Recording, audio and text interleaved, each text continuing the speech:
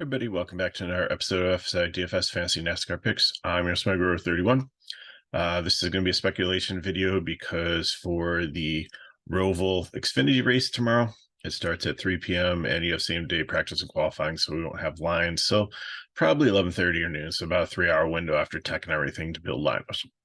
So we've had this will be the 7th road course this year. So if you call it a road course, it's the Charlotte track, and they'll drive through the infield, but it's not as bad as the Indy one or the Daytona one where they set up cones and like made like stuff up. Like this, I believe, is actually like part of the track that they use for other races for the road course, but it's not like a Watkins Glen or a Sonoma where you have like hills and different elevation and things like that. So I would think we have some good data.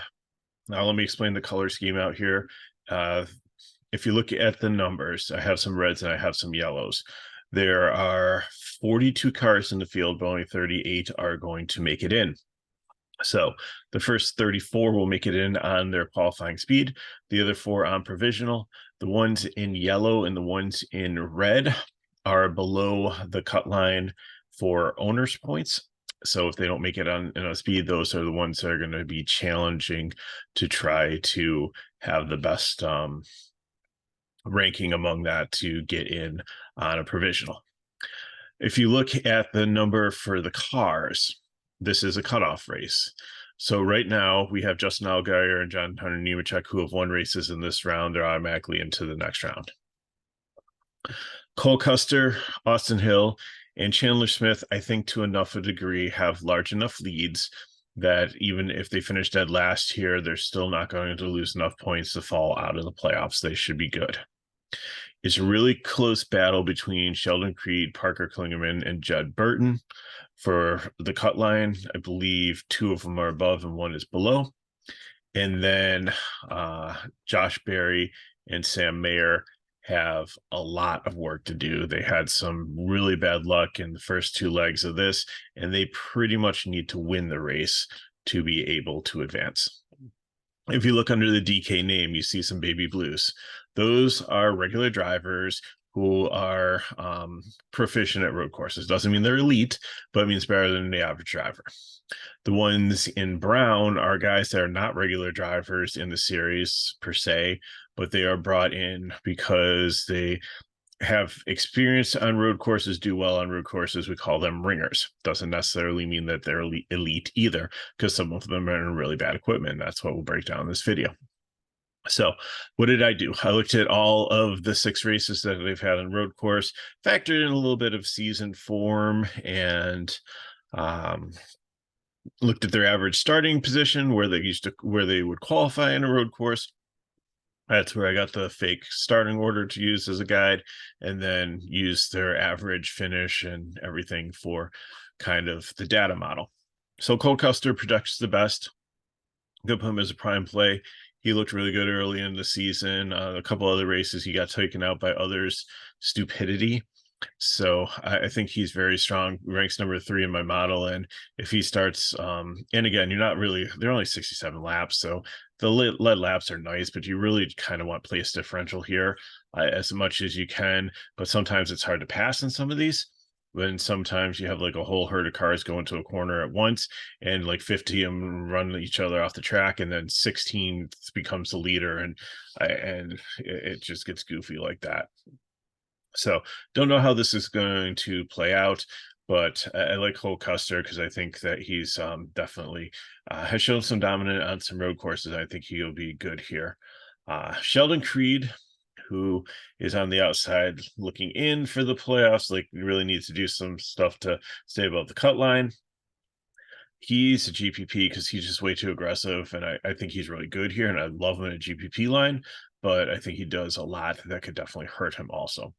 Jordan Taylor is supposedly very, very good as a ringer on road courses, and he's qualified really well in a Cup Series one and another Xfinity one, but his finish has been 27th. Like his average running position has been 8th, which is great, but then he just gets in trouble late, and maybe it wasn't his fault. It's a small sample size, I can't put him in cash, but I was really intriguing GPP. So ignore the -19.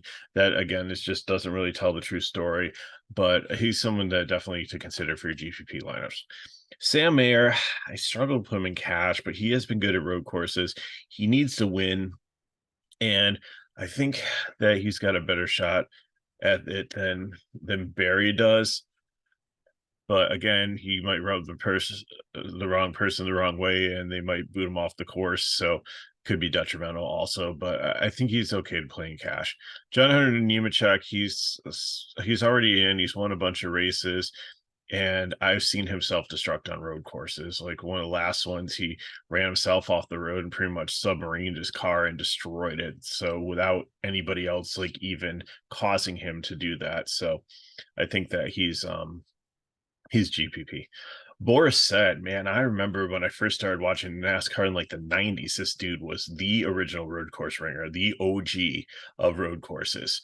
So, and he's in the 17 Hendricks car, which we've seen Kyle Larson come and some other guys drive on road courses and do well here. Not necessarily this track, but this season or last couple seasons. Like the 17 has been strong.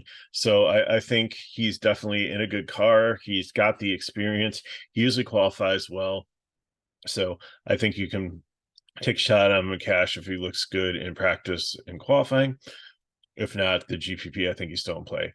Allgaier's been good on road courses again. He's playing with house money here. So, chance to go for the win. Different pit strategy. He doesn't really need to do much to try to get stage points or anything like that. So that could help push him over the finish line first, because the others might have to pit, and then he gets track position. If he can hold it, that's great. Austin Hill, he's a prime play. He has won road courses, looked really strong early in the season, comes back to number one in the model for all things considered on average running position in road courses and average finish on road courses this season. So definitely going to use him as a prime play. Daniel Hemrick, he's out of the playoffs, but he's still in the driver's one. But I think he's a GPP. Road courses are not really his thing. Sammy Smith, a GPP, same thing. I mean, he's really, I think he's safe enough in the playoffs unless he has like a complete disaster. I think he'll have ran a really conservative race. I think he'll go for stage points, just keep himself above the cut line. And I don't expect him to be too risky or to try to go for the win. So I think that he's a GPP for me. Riley Hurst, he always ends up in the dirt off the road course. So he's got, even though he's a decent road course driver in the past, like he just gets into too much trouble. Like Parker Kligerman, he's a solid one also. I mean, you can't play all these 10K guys, but he's another option. 6 overall in my model. And he's one that has a lot of work to do too to get above the cut line. I think he's like pretty close, but I think he's got definitely an uphill battle against like some of these. And he found himself there before a couple of rounds and was able to make it in the playoffs and was able to make it through the first cut. So maybe this is the first cut, but anyways, he's a competitor. He's good on road courses as long as he doesn't get into people. Like he's similar to Creed, but I have a little bit more faith in him than Creed. Connor Mozak, he's decent at road courses, but he's qualified well, but like finished horribly. So he's got to be a GPP. He should be in decent equipment. Josh Berry, again, it's win or go home here. So I think you play him in cash. I like Mayer a little bit better, I think, but he's definitely one to watch, and you save a lot of money here too. I think it's a 9,000, so a pretty good price for him. Sage Cram, the 66 car has been trashed sometimes. The 66 car has been solid. I don't know if there's like some Stuart Haas funding or some other Ford funding behind it at times. He's a really good road course driver. He usually he's one that might fail to qualify here, but I think if he gets in, he'll be fine. 6,200 GPP for me. Brett Moffitt, on the Brett Moffitt whisper, I don't think that he's won. Actually, didn't he win the truck race at Talladega last week? But anyways, here he's not competing for the championship. Road courses just aren't really his thing. He's okay. He's not abysmal, but he's not like proficient by any means. So I think he's pretty average. If he starts in the back of the pack, I'll definitely play him, but he's probably more of a GPP to a fade. Chandler Smith, I think you can play in cash. His quality team is usually decent on road courses. 12th overall finish, 10th overall in my composite. So it should be a little bit of place differential for him. And he should be in. So again, he might play a little bit conservative also, but I think he'll be fine. Alex Gunit, don't know a ton about him, but he's been decent on road courses so far this season. This 36 car is another one that's on the fringe that he's definitely going to need to get in on speed because he's probably not going to qualify with a provisional.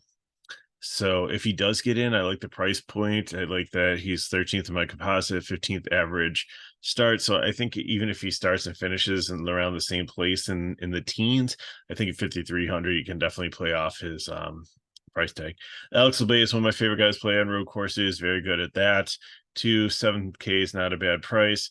His DGM car should be able to get in on speed or on a provisional. Should have enough points there. 14th overall in my model, 15th overall average. Lally, he's just very disappointing on road courses. And I know this is projecting out well. The other thing is like this Peterson Racing Group is like really, really good at Trans Am racing, but I don't know how it's going to transfer over to an Xfinity car.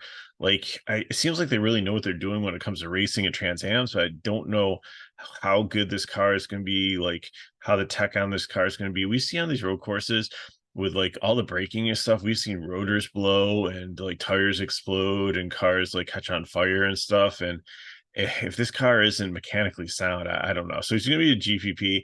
Also, that would like Lally just should have better results than we've seen this season on road courses. So there's a lot that wants me to definitely say no, but there's some things that just keep the door open just a crack enough for me to consider playing them in GPP lineups. Jeremy Clements, single car, family owned team. He's always been good on road courses here also. As long as he doesn't qualify too far up, he should be a decent cash play. Kaz Growler, same thing. Solid on road courses as long as he doesn't qualify too far up. He should definitely be playing cash. Jeb Burton's still in the playoffs. I think, again, he'll be going for stage points, things I think that could hurt his outcome and his DFS value. So he's a GPP. Honeyman and Alpha Prime car. Again, here starting to get to like some tech concerns here. So Alpha Prime was great, and then they had rolled out 3 cars, and I just don't think, I think they're spreading themselves a little bit too thin. So GPP for me. Blicky teaches people how to run road courses. He's a road course instructor. I know the old like adage is if you can't do it, then you teach it. Those who can't teach.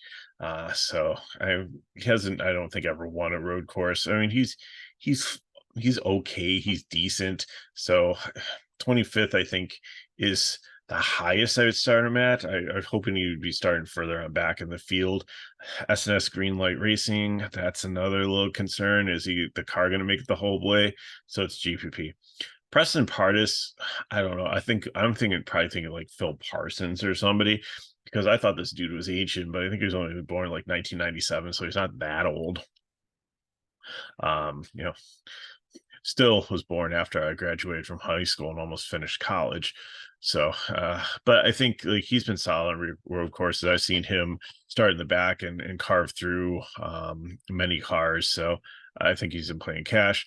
Myatt Snyder was a very good Xfinity driver. I believe he was like raced for either Gibbs or Junior Motorsports a couple years ago. In road courses, he was so solid.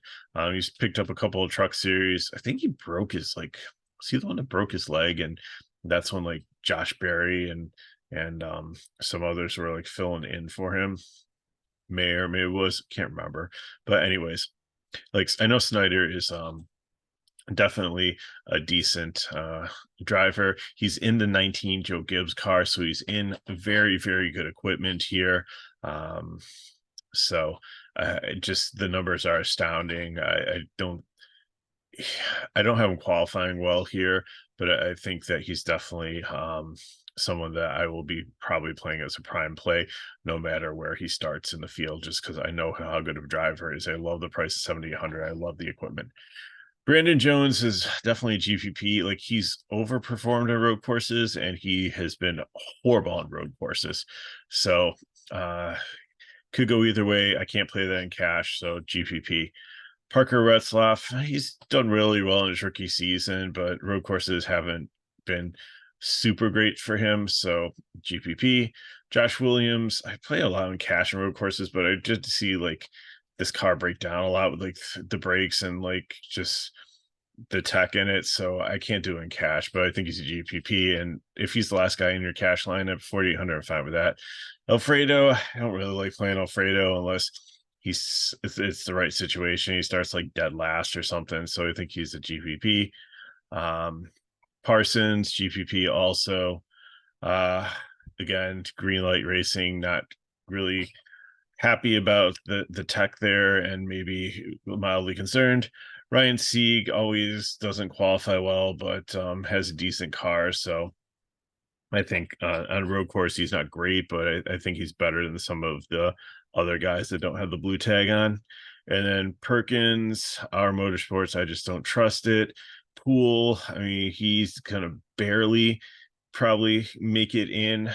Like, he and Weatherman, the cars trade back and forth like owners points, it seems, and it seems like the 6 has more now than the 4. So and I wouldn't be surprised either if Weatherman's much better driver on a road course, if Poole qualifies and Weatherman doesn't, which the 4 doesn't have as many provisional points, that Weatherman might jump in the 6 and drive it.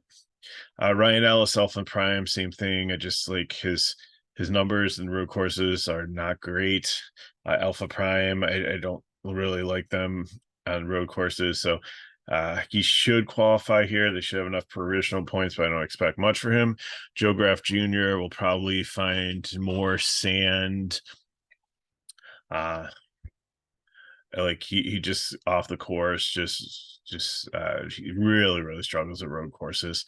Kyle Sieg, I'm fading him here, but he might, if he does start dead last, he might be a GPP. I think I'll change that there. Weatherman, if he makes the field, I like also as a GPP play, but I don't think Raha Caruth, he's more of a truck guy. He really hasn't ran many road courses for an Xfinity. His numbers that I have there are like short track numbers, so I wouldn't go by that for the projection. Connor Daly in this Emerald and Gase car, I don't think is going to qualify, and Devin Jones is also like a Trans Am guy.